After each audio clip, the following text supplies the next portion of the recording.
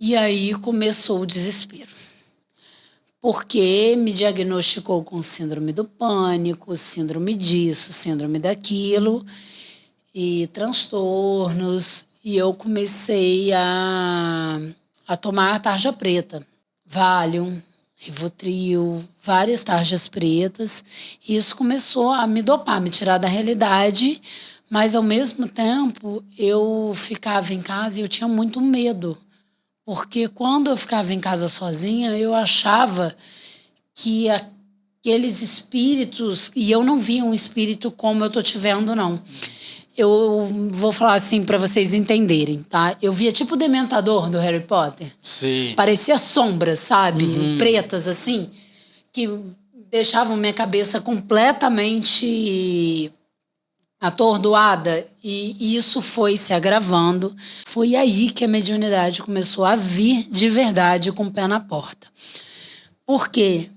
Eu comecei do nada, por exemplo, eu pegava na época não era Uber, era táxi. Eu pegava um táxi. Começava a passar mal dentro do táxi.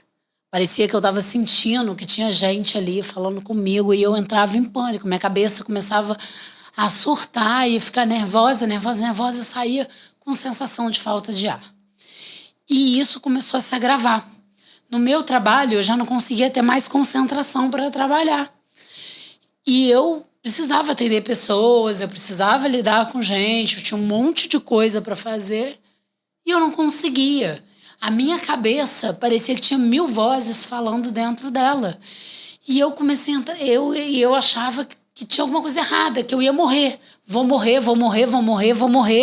E com esse eu vou morrer, ia para o hospital.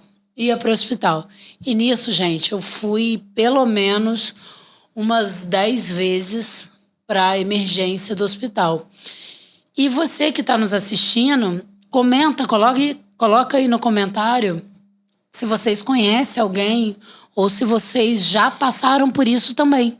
Porque, Marcelo, muita gente passa por isso. Muita gente. Né? É mais comum do que a gente imagina. Então, eu comecei a entrar em pânico. Eu chegava no hospital e eu falava com o médico da emergência assim: tô morrendo. Eu vou morrer, eu vou infartar. Falta de ar. Falta de ar, total. E eu não achava o ar. Então, assim, óbvio que se botasse o oxímetro era pra estar lá embaixo, né? Porque eu não achava o ar. Botava o oxímetro, tava quase 100. Não tinha problema. E os médicos faziam os exames, né? De primeiro atendimento e não dava nada. No máximo, pressão alterada pelo estado de nervos. Sim. Porque eu ficava muito nervosa. E aí minha mãe veio para ficar comigo e o Bruno não aceitava que isso era loucura. Porque a gente já se conhecia e ele já vinha de uma família umbandista, né? Culto de nação e tal, misturado, mas umbandista. E aí... ele me levou lá na casa da avó dele. A avó dele falou assim: essa menina é médium, tem que raspar, tem que catular. Eu falei: o quê? Raspar a cabeça? Não. Não, tua avó tá doida, que isso? Não, essas coisas faz mal. Você tem ideia, minha mente era tão apegada de que, tipo assim, Umbanda faz mal pros outros, candomblé faz mal. Gente, pensa... Eu tinha aquela ideia do poste. Traga o seu amor em 3 dias. Traga o teu amor em 3 dias. Que religião pode ser boa? Traz amor em 3 dias. Que amor é esse? Então, eu fiquei com isso na minha cabeça. Eu não queria aquilo pra mim. Até que no dia do meu aniversário, que, por curiosidade, eu faço aniversário dia 13 de maio. E eu nasci dia 13 de maio de 1988. 100 anos da abolição da escravatura no dia que eu nasci. E nada por acaso, né? E o Bruno e a minha sogra, eu aproveito e mando um beijo, que é uma mãe para mim, me levaram num terreiro de Umbanda de um amigo dele, que eles chamavam de Umbanda branca, né? Que era diferente da avó dele, que era traçada. Então era Umbanda branca. Aí me levaram nesse terreiro de Umbanda branca.